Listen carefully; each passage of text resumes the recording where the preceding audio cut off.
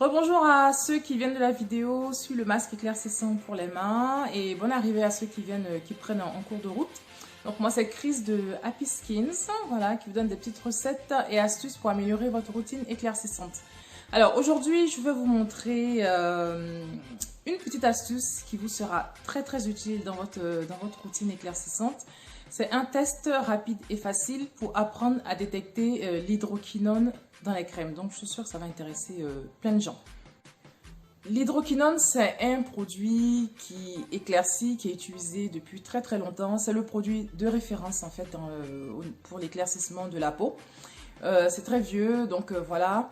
Maintenant, il y a des meilleurs produits, il y a des meilleurs actifs éclaircissants, mais c'est vraiment celui qui est le plus connu.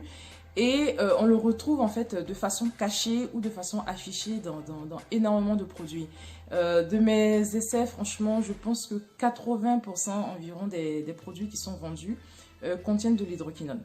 Alors, toutes les crèmes que vous allez voir vont mettre hydroquinone free, mais il y en a beaucoup qui vont contenir de l'hydroquinone. Alors, souvent, les filles, pour repérer l'hydroquinone, elles vont essayer de sentir en fait l'odeur. Pour repérer en fait, vous savez, la petite odeur d'oignon là que tout le monde connaît, je suis sûre. Alors, ça, c'est pas l'hydroquinone en fait qui sent comme ça. Il faut savoir que l'hydroquinone n'a pas d'odeur. Donc voilà, vous voyez, moi j'ai ici de la poudre d'hydroquinone. C'est une poudre blanche en fait, toute simple. C'est un produit qui ne sent pas, qui n'a pas d'odeur. Ce que vous sentez dans les crèmes en fait, c'est l'antioxydant. Souvent du métabisulfite de sodium ou du sulfite de sodium qui est utilisé en fait pour éviter que l'hydroquinone ne s'oxyde. Et c'est ce sulfite de sodium là qui donne en fait cette odeur d'oignon. Donc ça c'était utilisé beaucoup avant en fait dans les anciennes préparations, mais maintenant en fait il y a des nouveaux antioxydants qui sont sur le marché et qui sentent pas du tout. Donc du coup vous pouvez avoir de l'hydroquinone dans une crème, mais sans savoir, sans pouvoir le repérer à l'odeur en fait. Donc en fait le test de l'odeur c'est pas un test assez fiable. Donc aujourd'hui là on va faire, je vais vous montrer une méthode toute simple qui va vous permettre de détecter l'hydroquinone dans vos crèmes. Alors, savoir qu'il y a de l'hydroquinone dans la crème, ça ne veut pas dire que vous allez forcément jeter la crème. Il y a des gens qui utilisent de l'hydroquinone, qui en sont contents, voilà. Ça va vous permettre d'être un consommateur averti, d'être consommateur informé et de savoir ce que vous allez faire avec et comment l'utiliser. Et puis, si vous n'avez pas envie de l'utiliser, vous pourrez le mettre à la poubelle et puis utiliser un autre produit qui ne contient pas de l'hydroquinone. Ça va vous permettre aussi de repérer les vendeuses qui vous mentent en fait en vous disant qu'il n'y a pas d'hydroquinone alors que des fois c'est rempli peut-être à 10% d'hydroquinone. Voilà. Alors, un petit topo sur l'hydroquinone. Petit conseil en fait pour celles qui utilisent ce produit, j'en profite en même temps.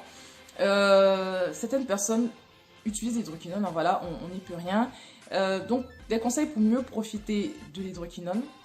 D'abord, c'est un produit qu'on utilise la nuit.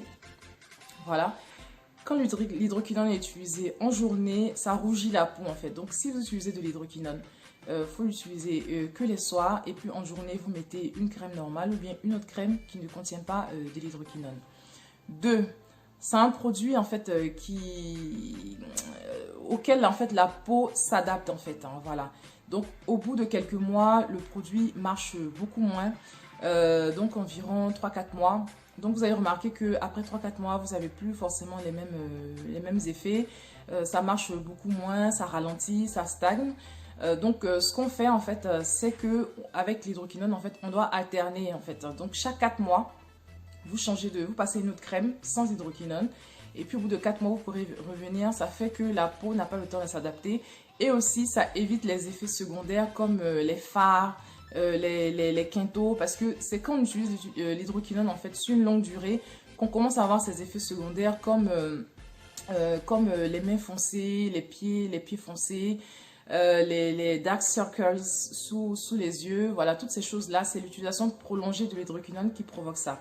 Donc voilà, on évite d'utiliser l'hydroquinone en longue durée. On fait 3-4 mois, on passe à une autre crème. Ensuite, on peut revenir 4 mois plus tard sur l'hydroquinone. Un autre petit conseil aussi, quand on utilise de l'hydroquinone, il faut éviter d'en mettre sur les mains et sur les pieds. Donc l'hydroquinone, ça, pour une raison ou pour une autre, ça ne fonctionne pas du tout sur les mains et ça provoque en fait une surproduction de mélanine en fait, hein, voilà, sur la peau des mains et des pieds, souvent des genoux ou peut-être des coudes. Donc si vous utilisez l'hydroquinone, il faut éviter d'en mettre sur ces parties-là. Trouvez un autre produit que vous pourrez utiliser sur vos mains, mais n'utilisez surtout pas l'hydroquinone. Si vraiment vous ne pouvez pas vous passer d'hydroquinone, ajoutez dans vos crèmes à l'hydroquinone, vous pouvez ajouter des tubes par exemple. Hein, voilà. Alors moi je n'encourage pas à l'utilisation des corticoïdes, mais si vous en utilisez, enfin de l'hydroquinone, vous pouvez mettre des tubes en fait, hein, de tout ce qui est clobetasol, dexaméthasone. Vous pouvez en mettre en fait dans votre crème à l'hydroquinone. Ça va permettre de prendre plus facilement les mains. Donc voilà, c'était des petites astuces pour les utilisateurs de l'hydroquinone. Et donc maintenant, je vais vous montrer le test en fait pour savoir si votre crème contient de l'hydroquinone. Alors, pour savoir si une préparation contient de l'hydroquinone, c'est assez simple en fait, hein.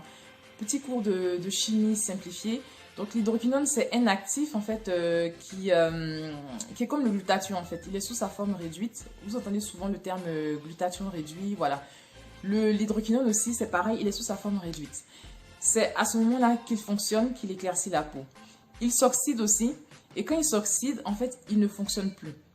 Alors, ce que les fabricants font, donc, c'est de rajouter dans les crèmes, en fait, des antioxydants qui vont permettre de maintenir l'hydroquinone dans sa forme réduite et pouvoir produire l'éclaircissement. Quand il n'y a pas d'antioxydant ou bien quand l'antioxydant ne fonctionne pas, l'hydroquinone s'oxyde et à ce moment-là, en fait, il n'éclaircit plus la peau, il ne fonctionne plus. Ce qui est intéressant aussi, c'est que quand l'hydroquinone s'oxyde, il change de couleur. Je ne sais pas si vous avez déjà remarqué, des fois, quand vous ouvrez un pot qui... souvent, c'est au pays, ça, voilà. Vous achetez un pot de crème, mais quand vous ouvrez, vous voyez le bord est un petit peu marron. Voilà, ça, c'est l'hydroquinone qui s'est oxydé. Quand il s'oxyde, en fait, il change, il prend cette teinte un peu marron. Donc, ce qu'on va faire, en fait, pour détecter l'hydroquinone, on va forcer, en fait, l'hydroquinone à s'oxyder et à se révéler, en fait, voilà. Et quand il va se révéler, ça sera, la couleur, en fait, va changer. Et donc, à ce moment-là, vous saurez, en fait, qu'il y a de l'hydroquinone. Pour savoir, pour révéler en fait, pour forcer cette oxydation, on va utiliser un actif tout simple, c'est du bicarbonate de sodium. Donc c'est un actif que tout le monde peut avoir, hein, partout. Donc le bicarbonate de sodium, c'est un oxydant en fait de l'hydroquinone.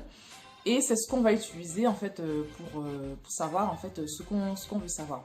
Donc je vais vous montrer ça maintenant tout de suite là. Pour faire ce test, j'ai fait 3 pots. Donc, dans les 3 pots, il y a de la crème, hein, voilà. Ça, c'est de la crème neutre. Ici, on va mettre de l'acide kojique. Et là, on va mettre de l'hydroquinone. Et ensuite, on va ajouter notre bicarbonate de sodium. Et vous allez voir, en fait, l'effet qu'a le bicarbonate de sodium sur chaque produit. Donc, là, c'est de la crème neutre. Donc, au milieu, là, c'est de l'acide kojique. Donc, je vais rajouter là l'acide kojique. Et ici, je vais rajouter de l'hydroquinone. Voilà. Donc, je vais remuer ici. Donc là, ça fait une crème kojique. Ça sera le thème de la prochaine vidéo. Donc, pour ceux qui y suivent, on va faire une crème à l'acide kojique. Donc voilà, ici, on a notre mélange kojique. Et ici, on a notre mélange hydroquinone. Voilà. Donc ce qu'on fait, je vais ajouter le bicarbonate de sodium dans chacun des bols. Et c'est comme ça en fait que vous allez détecter. Donc vous ajoutez donc le bicarbonate de sodium dans votre mix, hein. Vous prenez un petit échantillon à côté, voilà, dans un petit bol comme ça, et puis vous rajoutez le bicarbonate de sodium. Et là, on va remuer.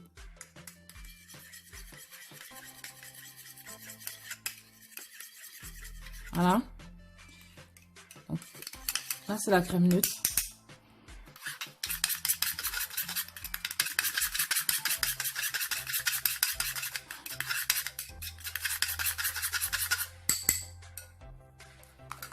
Et là,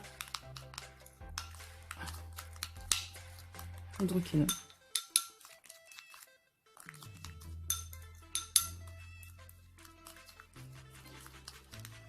Une fois qu'on a mélangé, on va laisser à peu près environ 20-30 minutes. Et puis ensuite, on va revenir voir les résultats. Après 1 heure d'attente, donc normalement, à partir de 20-30 minutes, le produit, on a déjà des résultats. Mais j'ai laissé un peu plus longtemps pour que ça soit encore plus visible. Hein. Donc vous voyez, ici, on a notre crème neutre. Dans laquelle on a rajouté le bicarbonate de sodium. Vous voyez, la crème, elle est restée toute blanche. Pareil.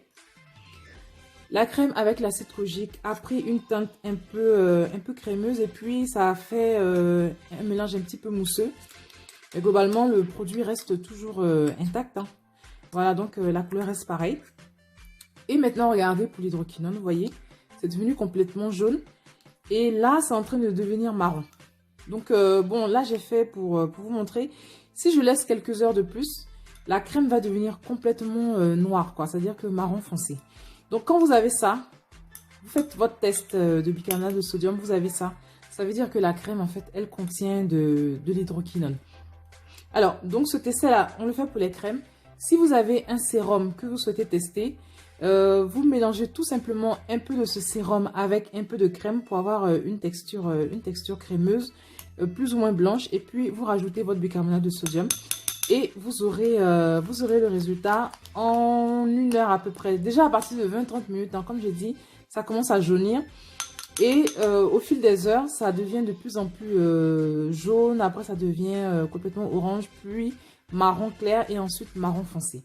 Donc, quand vous avez ça, vous savez que ben, le produit, ben, il est hydroquiné, quoi. Voilà. Donc, c'était tout pour cette petite astuce là. J'espère que ça va vous aider à y voir plus clair hein, avec tous les produits qu'on a sur le marché. Donc si ça vous a plu, n'hésitez pas à liker, à partager la vidéo et puis à vous abonner aussi. Et donc voilà, merci d'avoir regardé et à très bientôt pour une prochaine vidéo.